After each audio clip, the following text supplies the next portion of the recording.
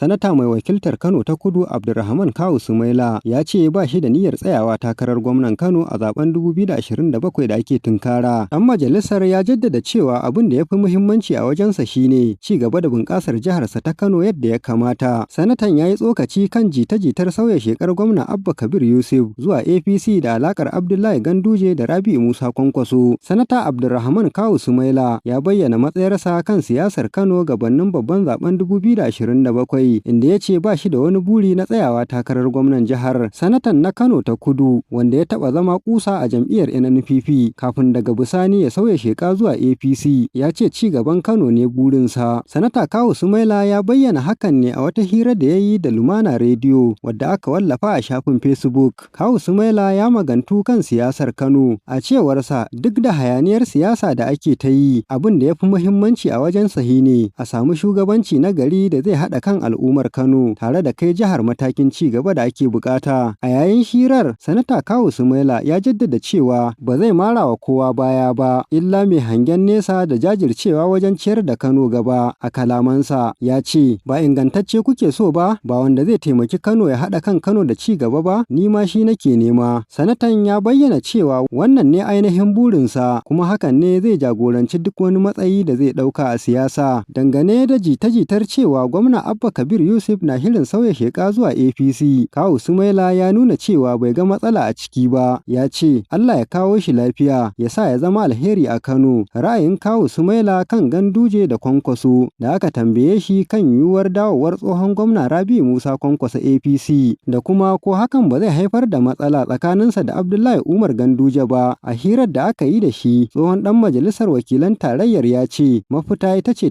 tattaunawa. Ya jaddada cewa manyan 'yan siyasa ya kamata su zauna su fahimci juna domin amfanin Kano da Najeriya gaba ɗaya, kuma su kaɗai ne za su iya kawo ƙarshen matsalar da ke tsakaninsu. Kan batun idan shugaban ƙasa Bola Ahmed Tinubu zai ba wa ɗaya daga cikinsu fifiko, sanatan ya ce hakan ya danganta da yadda shugaban ƙasar yake son a tafiyar da aikin da kuma abin da ya ji daga ɓangarorin biyu. A cewarsa Ganduje ya fi sanin Kwankwaso, Kwankwaso ya fi sanin Ganduje. Kawu Sumaila ya ce rashin zama a tattauna tsakanin manyan 'yan siyasar biyu ne ya janyo rashin fahimtar juna, yana mai nuni da cewa tattaunawa da yafiya su ne mabuɗin warware saɓanin siyasa a Kano. A cewar Abdulrahman Kawu Sumaila. Abbas Yakubu Yaura, Dimokuraɗiyya TV.